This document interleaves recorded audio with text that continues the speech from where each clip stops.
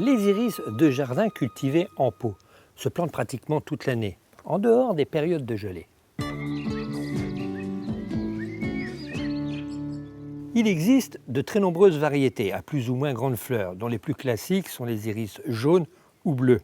Grâce aux obtenteurs, de nouvelles variétés sont créées tous les ans. L'occasion de renouveler ou compléter votre collection avec des iris multicolores, bleus plus ou moins foncés, blanc pur, bicolores, rose saumoné. Vivaces, les iris supportent des gelées en dessous de moins 20 degrés, voire en dessous de moins 25 degrés. Les iris s'arrangent d'un sol pauvre, drainé, aride et calcaire. Une ruine, un muret, de vieilles briques sont des supports intéressants pour agrémenter un lieu tombé en ruine pour le peu qu'il soit éclairé, lumineux et bien ensoleillé.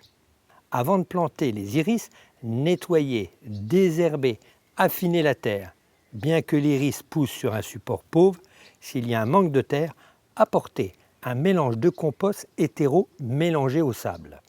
Les iris sont plus vigoureux dès la première année de plantation. Par la suite, les racines s'enfonceront entre les pierres pour puiser leur nourriture et l'humidité. À l'achat, un iris de qualité possède un rhizome ferme et des racines blanches.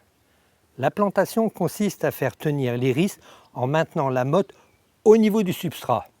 Le rhizome doit impérativement être hors du sol. Dans un massif où il y a plusieurs espèces, plantez les iris les plus hauts au sommet et les variétés naines dans le contrebas. Ne plantez jamais un iris nain, genre les liputes, près d'une variété à grand développement. En moins d'une année, il disparaîtrait étouffé par ses congénères. Coupez les feuilles de moitié pour équilibrer la plante le temps qu'elle s'enracine définitivement.